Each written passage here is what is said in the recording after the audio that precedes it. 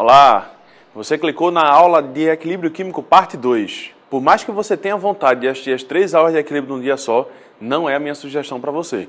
Eu gostaria muito que você tivesse paciência agora, é um momento que a gente tem que ter paciência.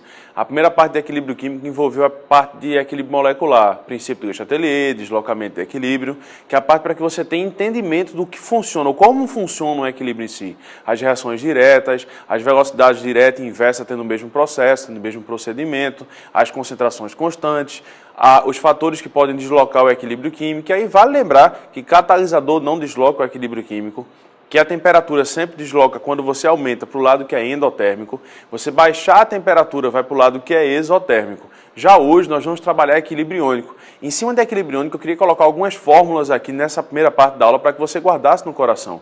A gente vai falar do equilíbrio iônico da água, vai falar de pH, pOH, pKa e pKb especificamente. Vamos tentar entender um equilíbrio iônico. Eu separei uma questão para cada tópico desse para que a gente possa trabalhar com calma.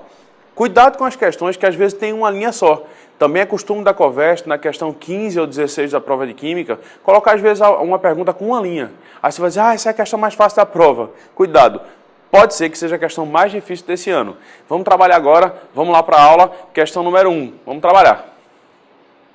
Eu queria que você me acompanhasse nessa questão número 1, tendo um pouquinho de paciência aí, porque é uma questão muito didática, para que a gente possa entender.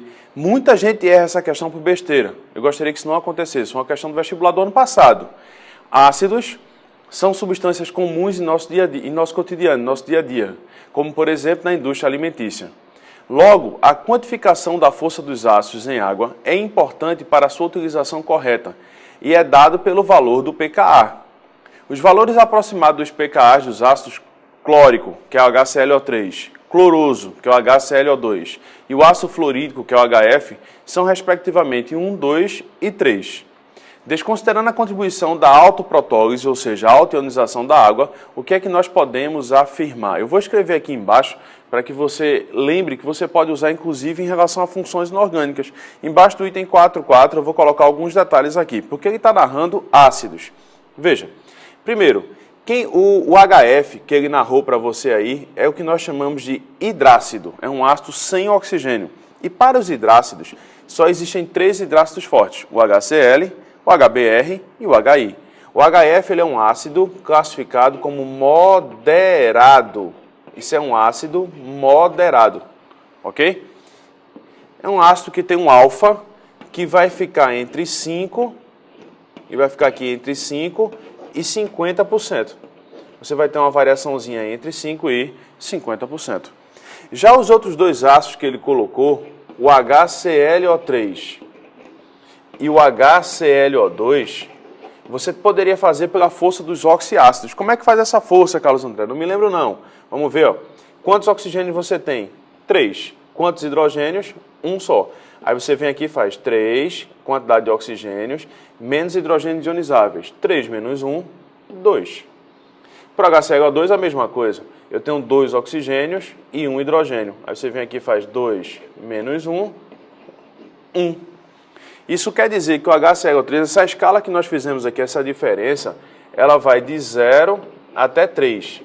Se desse 0 a diferença aqui é porque você seria um ácido fraco. Essa diferença sendo 0, você é fraco.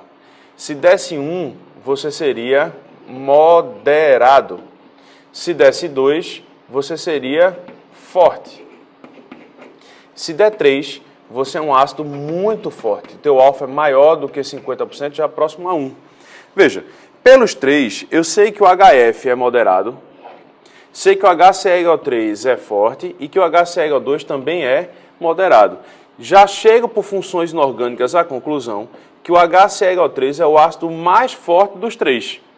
Cuidado com relação às pKa's. Eu vou ler de novo o texto com você aqui, a gente vai responder a questão agora por equilíbrio iônico. Eu vou marcar o texto agora para que você me acompanhe. Vamos já para a leitura do texto. Ácidos são substâncias comuns em nosso cotidiano, como por exemplo na indústria alimentícia. Logo, a quantificação da força dos ácidos em água é importante para a sua utilização correta. É dada pelo valor do pKa. Daqui a pouco eu vou abrir uma apresentação para explicar a você o que é esse pKa. Valores aproximados de pKa's do ácido clórico, do ácido cloroso e do ácido fluorídrico são respectivamente 1, 2 e 3. Aí você vai dizer, oxente, o HClO3, que é o mais forte, ele tem o menor valor de pKa, porque é respectivamente 1, 2 e 3, então o pKa dele vale 1. Desconsiderando a contribuição da autoprotólise da água, podemos afirmar o quê? Dá uma pausazinha, anota tudo que está nessa apresentação e eu vou abrir uma apresentação em branco para você agora. Vamos lá. Vamos dar sequência. Nessa apresentação em branco, eu vou primeiro te explicar o que é um Ka. Ka é o que a gente chama de constante de ionização dos ácidos. De onde é que vem isso? Obviamente, dos ácidos. Como é que funciona o conceito de ácido que nós trabalhamos bem ao longo dessa revisão da conversa, da revisão da UPE? Ácido para Arrhenius é qualquer substância que na presença da água seja capaz de liberar o H+, ou o H3O+, que é o mesmo princípio. Como isso é uma constante de equilíbrio, você pode fazer aqui produto pelo reagente. Então o Ka, que é a constante de equilíbrio para um ácido, seria concentração de H+, vezes concentração de X-, dividido pela concentração do HX. Isso é uma das formas de se calcular o Ka. A outra é usando a lei da diluição de Oswald. Essa lei é muito, mas muito importante. Essa lei diz que uma constante de equilíbrio pode ser calculada utilizando aqui o M-alfa ao quadrado, onde M é a concentração molar em mol por litro e o alfa é o grau de ionização, é a força do teu ácido. Isso é o Ka, as duas formas de se calcular o Ka, usando a fórmula da equação normal e usando a lei da diluição de Oswald. Certo para o Carlos André? E aí? Na questão ele não falou de Ka, ele falou de pK. Ele falou de pK. O que significa esse P em química? Deixa eu mudar a cor aqui para a gente não ficar sempre no verdinho. Vamos usar o vermelho agora aqui. O que seria esse pK? P, toda vez que aparecer um P em química, ele está referindo a você a um cologaritmo. Isso é menos log de Ka. Ele disse na questão que nós tínhamos um pKa valendo 1, valendo 2 e valendo 3. O que significa ter um pKa 1, por exemplo? Se você tem um pKa igual a 1, significa dizer que menos log de Ka vale 1. Aí é resolver o logaritmo. Esse sinal negativo você pode multiplicar por menos 1, vai ficar menos 1 igual ao log de Ka. E como é que eu saio daqui agora, Carlos André? Isso aqui é um logaritmo de base 10. Como é logaritmo, 10 elevado a menos 1 é igual a Ka. Ter um pKa de 1 significa dizer que você tem um Ka de 10 a menos 1. Ter um pKa de 2 significa dizer que o teu Ka vale 10 a menos 2. Ter um pKa de 3 significa dizer que o teu Ka vale 10 a menos 3. 10 a menos 1, 10 a menos 2 e 10 a menos 3. E aí, muito cuidado com a parte matemática. Porque 10 a menos 1, não sei se você lembra, isso vale 0,1. 10 a menos 2 vale 0,01 e 10 a menos 3, 0,001. Muita gente não presta atenção a esses expoentes. Eu estou escrevendo aqui em cima agora, ó, em verde. Muita gente não presta atenção a esses expoentes e termina perdendo a questão por besteira. Se eu tenho um Ka de 10 a menos 2, eu sou menor do que aquele que tem um Ka de 10 a menos 3. Vamos voltar para a questão, dá uma pausazinha, anota tudo que está no quadro, lembra o que significa o P, que é o cologaritmo, e a gente vai voltar para trabalhar de novo a questão nesse exato momento. Voltando para a questão, a gente tem aqui, ó, pKa de 1, 2 e 3. Significa dizer o quê? Significa dizer que o HClO3, e ele usa o termo respectivamente, cuidado com isso, tem um Ka de 10 a menos 1. Nós explicamos agora. Qualquer coisa, volta aí, você vai enxergar isso. Já o HClO2, que é o segundo, vai ter um Ka aí, o Ka dele vai estar correspondendo a 10 a menos 2. E o terceiro, que é o HF, vai ter um Ka de 10 a menos 3. O Ka vai estar valendo aí 10 a menos 3. Desconsiderando a contribuição da autoprotólise da água, podemos afirmar o quê? HF é 3 vezes mais forte que o HClO3. Espera aí. Não vamos tumultuar a vida da gente, não. Veja, ele está dizendo que o HF é 3 vezes mais forte. Para começar a brincadeira, o HF dos 3 é o que tem o menor Ka, então, consequentemente, ele é o mais fraco. O item está falso. O ácido HClO3 libera 2 vezes menos íons de hidrogênio do que o HClO2 em soluções com as mesmas concentrações. Presta atenção, de 10 a menos 1 para 10 a menos 2. Quantas vezes eu tenho que multiplicar? Não é por 10, não. Então eu tenho um Ka 10 vezes maior. Eu não vou liberar 2 vezes mais. O item também está falso. 2. Para duas soluções com a mesma concentração, a que contém o ácido fluorídrico apresenta pH maior do que a do HClO3. Aqui, muito cuidado com isso. Eu vou falar sobre pH agora para você. Porque o que significa um pH maior? Significa dizer que você é menos forte ou mais básico. O que ele está dizendo nesse item, eu vou ler de novo com vocês. Para duas soluções com a mesma concentração, a que contém o ácido HF, que é o mais fraco, apresenta maior pH, porque ele é mais fraco do que o HClO3. O item é verdadeiríssimo. Daqui a pouquinho eu vou abrir uma apresentação para explicar essa história do pH. O HClO2 é mais forte do que o HF, pois libera mais íons de H+, em água. Também é verdade. Lembra do conceito de Arrhenius? Ácido é qualquer substância que na presença da água libera o H+. Se eu sou mais forte, eu libero mais H+. 4. A ordem crescente de acidez seria HClO3 é menor do que o HClO2, que é menor do que o HF. Ele está jogando com os números aqui em cima no texto, para que você olhasse pelo número e respondesse, mas esse item está falso, nós já explicamos. Você tinha que calcular o valor do Ka, 10 a menos 1, 10 a menos 2, 10 a menos 3. Questão respondida, aí eu quero que você olhe para mim aqui na câmera geral. Pessoal, presta muita atenção no que eu vou fazer agora. Eu vou montar um resumo para você sobre pH e pOH. Aí você vai anotar todo o resumo e nós vamos partir para a próxima questão. Essa próxima questão vai estar tratando o equilíbrio químico iônico, especificamente, inclusive o da água. Aí eu queria que você olhasse com carinho agora. Vamos trabalhar. Vamos aqui para o resumo. Veja, quando a gente fala de água... Opa, peraí. Apertei o botãozinho aqui onde não devia. Quando a gente fala de água, é muito comum o cara dizer que água mais água não dá água. Essa é a primeira reação que o aluno tem medo.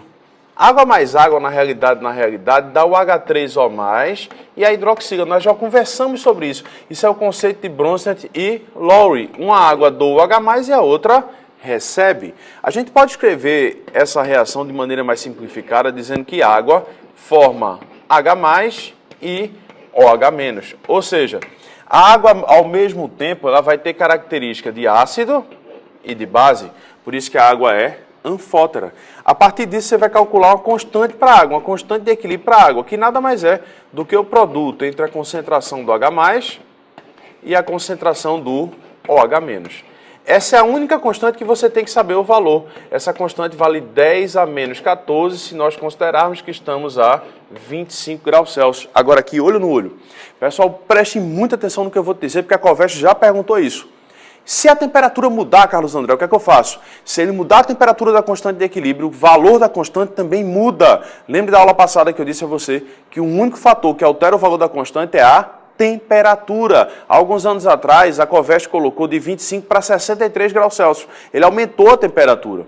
E a constante da água saiu de 10 a menos 14 para 10 a menos 13. Ou seja, aumentou 10 vezes. Cuidado com esse valor dessa constante de equilíbrio. Tem que ter cuidado. Mudou a temperatura, muda o valor da constante. Ok? Vamos voltar aqui. Eu não vou fazer toda a parte matemática agora aqui não, porque a gente está numa aula de revisão, senão não daria tempo. Mas por esse expoente aqui, depois de jogar um pouquinho de matemática, você vai ter que pH mais pOH é igual a 14. Se essa constante tivesse valendo 10 a menos 13, pH mais pOH seria 13. Se essa constante fosse 10 a menos 12, pH mais pOH seria 12. Aí monta-se a escala de pH. Essa escala de pH ela vai variar de 0 até 14. De 0 até 14, quanto é o meio de 0 até 14? O meio de 0 até 14 é 7. Isso quer dizer que um pH 7 é um pH neutro. Maior do que 7. Quanto mais você cresce o pH, mais básico você fica. E lembre-se que o termo básico é o mesmo que alcalino. Quanto menor o valor do pH, mais ácido. Aí você pode me perguntar, mas o que é pH? Aqui no cantinho, ó, superior direito, agora olha para aqui para cima. O que é pH? Não tem um P? Então é colog. pH é menos log da concentração de H+. E o que é pOH? pOH é menos log da concentração do OH-. Quando você somar os dois, você vai ter um valor de 14 a 25 graus Celsius. Dá uma pausa, anota tudo que está no quadro e vamos voltar agora para a questão número 2. Tirou a pausa? Vamos seguir nossa história aqui. Questão 2. Essa é muito legal. Considere 3 sistemas inicialmente em equilíbrio. Uma solução aquosa de hidrazina, que é NH2 e NH2, a água pura, e uma solução de ácido acético e acetato de sódio. Essa solução 3 aqui é o que a gente chama de solução tampão. Você tem um ácido e o seu íon comum. O ácido acético é um ácido carboxílico. A gente vai falar de química orgânica nas próximas aulas. Aí você vai ter cuidado, aí são 4 ou 5 aulas de química orgânica para você acompanhar. Se tiver bronca, manda para a gente. Esse é o ácido acético. E o acetato, que é o íon que vai ser narrado na questão, é o íon que você vai ter aqui, o CH3COO-. Esse é o íon acetato. Sódio é o metal, né, que seria o Na. Ok? Sobre esses sistemas, podemos afirmar o que segue. Na água pura, ocorre um equilíbrio. Eu acabei de falar sobre isso. Esse item eu vou escrever aqui do lado mesmo, dá para a gente fazer. Água mais água, ou seja, 2 águas, não vai dar como produto água. Vai dar produto H3O+, porque uma água doa o hidrogênio e a outra recebe o hidrogênio. É a altionização da água. O item está verdadeiríssimo. Equilíbrio iônico para a água. A solução de hidrazina é alcalina. Presta atenção. Sempre que você tiver NH2, e a gente vai falar em química orgânica daqui a pouco, mas se você assistiu nossa revisão da UPE, com certeza você vai lembrar, o nitrogênio ele sempre tem um par eletrônico aqui sobrando. E esse par eletrônico sobrando dá a ele característica de base, de acordo com o conceito de Lewis, que nós trabalhamos uma aula só sobre isso. A Covest gosta muito de conceitos modernos de acidez e basicidade. Tem um par eletrônico para cada um. Tem característica alcalina? Sim, porque tem característica de base. Na solução da hidrazina, ocorre o seguinte equilíbrio. Veja, ele está dizendo que você vai colocar a hidrazina, que é o NH2, NH2. A hidrazina é ácida ou básica? Base, é uma base de Lewis, porque vai doar o par de elétrons. Não lembra não? Volte e assiste a aula lá de conceitos modernos de acidez e basicidade mais uma vez. Se eu colocar uma base para reagir com água, a base doa o H+, ou recebe o H+, segundo o conceito de Bronsted-Lowry. É muito importante o conceito moderno. Ela vai receber o H+. Então, a tendência natural é a hidrazina se transformar aqui em NH2, NH3+, mais OH-, vai liberar a hidroxila, que dá a característica de base para ela, e ela recebe o H+. No equilíbrio que ele está dando no item, se você percebeu, na solução de hidrazina, item 2.2, ocorre o equilíbrio NH2, NH2 mais água, formando NH2, NH-. O item está falso, ele está colocando a hidrazina como sendo um ácido, doando o H+. E ela não doa o H+, ela não forma a característica de ácido, e sim de base. A adição de ácido a uma solução de hidrazina desloca o equilíbrio no sentido da formação dos íons NH2, desculpe, eu li errado aqui. A adição de ácido a uma solução de hidrazina desloca o equilíbrio no sentido da formação do NH2 e NH2. Eu vou usar a borracha aqui para apagar, porque a gente vai usar o Le Chatelier nesse momento. Aí eu queria que você me acompanhasse. É a aula passada, é equilíbrio químico parte 1. É muito importante isso também. Ele diz no item 3.3 que você vai colocar um ácido. Qual é a característica de ácido? H+. Eu vou lançar um ácido no sistema. Quando eu coloco esse H+, que está aqui, ele vai atacar quem? Ele ataca quem não tem carga, ele ataca a água, ele ataca o positivo ou ataca o negativo? H+, qual é a carga dele? Isso, positivo. Se eu sou positivo, eu vou querer atacar quem? Exatamente, o negativo. Então a tendência é quando você lança o H+, ele vem para cá. Ó. Quando ele vem para cá, ele consome a hidroxila. Se eu estou tirando um produto, lembra da aula passada? Se você tirou um produto, o que é que o sistema em equilíbrio faz? Ele desloca para formar aquilo que você tirou. Então eu vou deslocar nesse caso para a direita. Eu estou vindo aqui para a direita, eu vou estar deslocando para a direita. Se eu estou deslocando para a direita, eu estou quebrando a hidrazina e não formando a hidrazina, como ele está dizendo. Ele está dizendo que você está deslocando de formação da hidrazina. Está falso, item 3.3. 0 verdadeiro, 2 e 3 falsos. Na solução aquosa do ácido acético e acetato de sódio, estabelece o seguinte equilíbrio. Veja, o ácido acético, CH3, COO H mais água. Se eu sou um ácido, eu vou doar o H+ para a água. Consequentemente, você vai formar o CH3COO-, que é o íon acetato, que a gente comentou lá em cima, mais H3O+.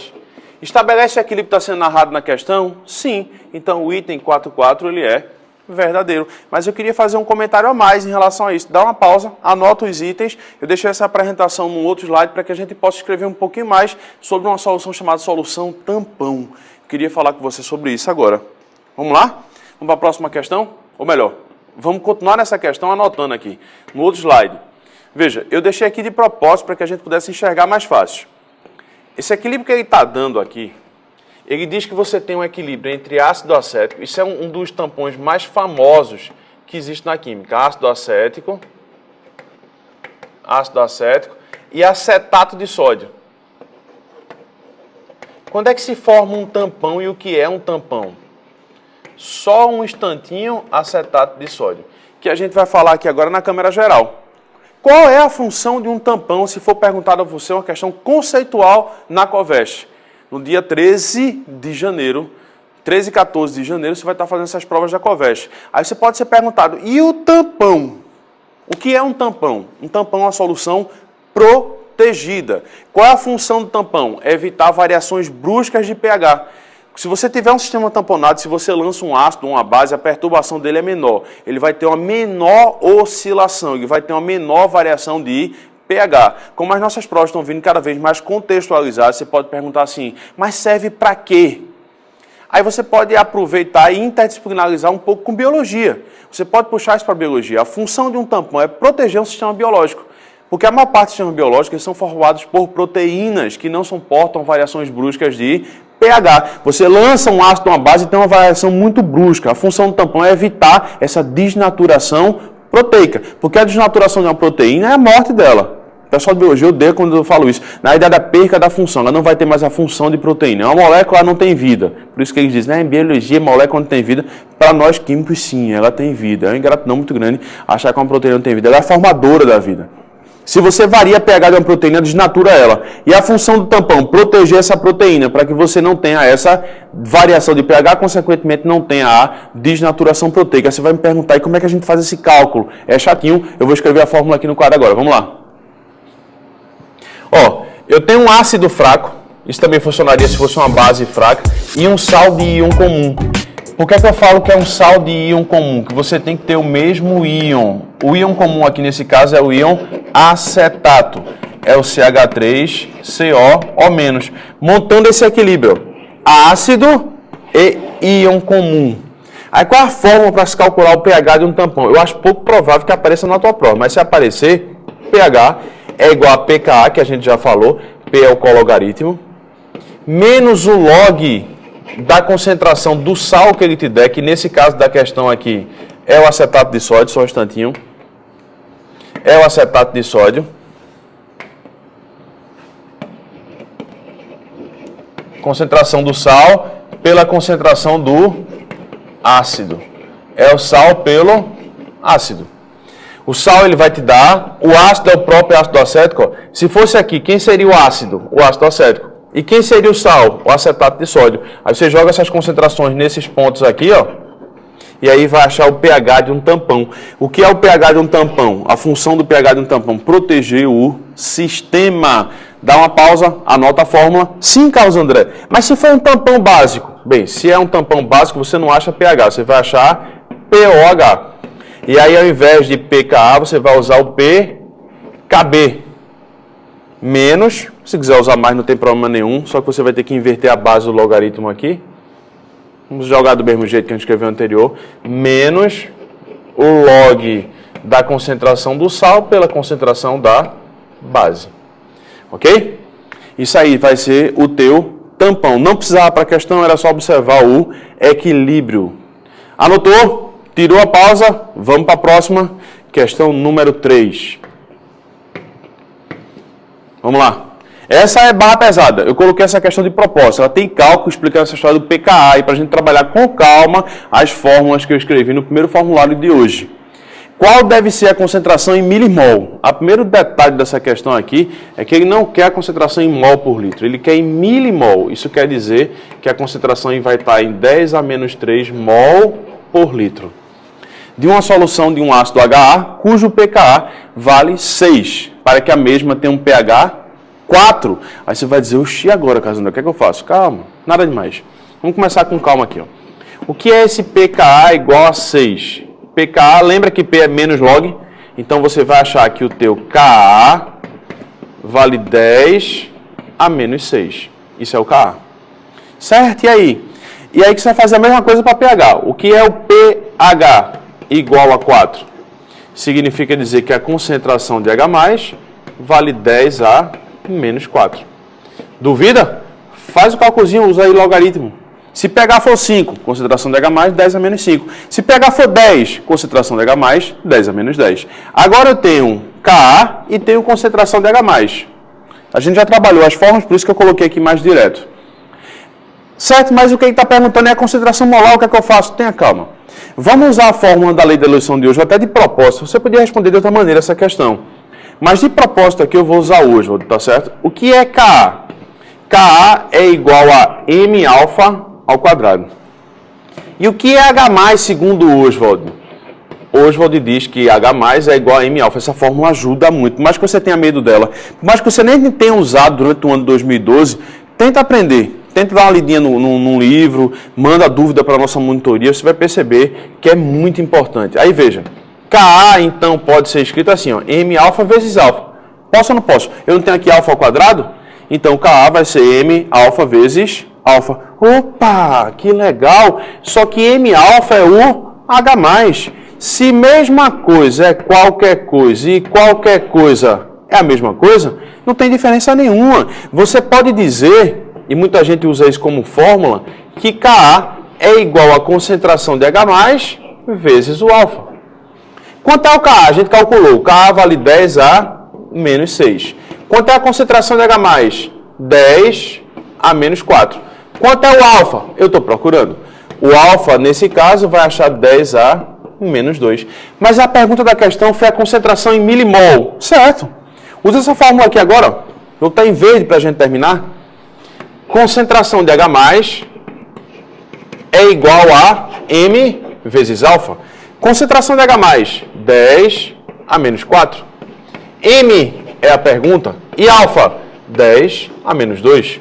Logo, a concentração molar em mol por litro vale 10 a menos 2. Mol por litro. Mas a pergunta foi em milimol. Você vai ter que multiplicar isso aqui por 10 a terceira. Vai ter que multiplicar por 1000. Aí você vai achar que a molaridade vale 10 milimols por litro. Resposta da questão, 10. Na Covest tem questões abertas, então você vai marcar lá na primeira coluna 1, na segunda coluna você marca o 0 e acabou a questão pra gente. E eu queria que você olhasse para mim agora aqui na câmera geral.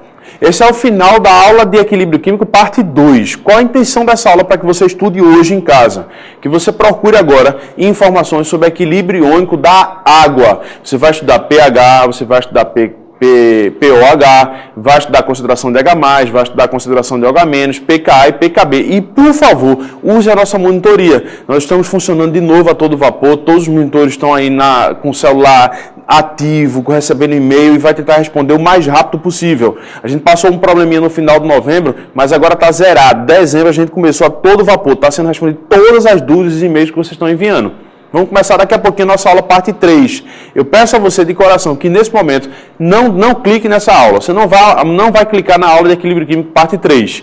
Você vai assistir amanhã. Hoje você vai estudar. Como é que se aprende? Com persistência, com perseverança. Você tem que perseverar, você tem que acreditar um pouquinho mais. Vai estudar, vai correr atrás. E tem dúvida? Manda pra gente que a gente vai tentar solucionar o mais rápido possível. Tem um canal direto, você tem canal comigo, você tem canal com os monitores, você tem um canal com a química do teu sucesso. Um abração, até daqui a pouquinho.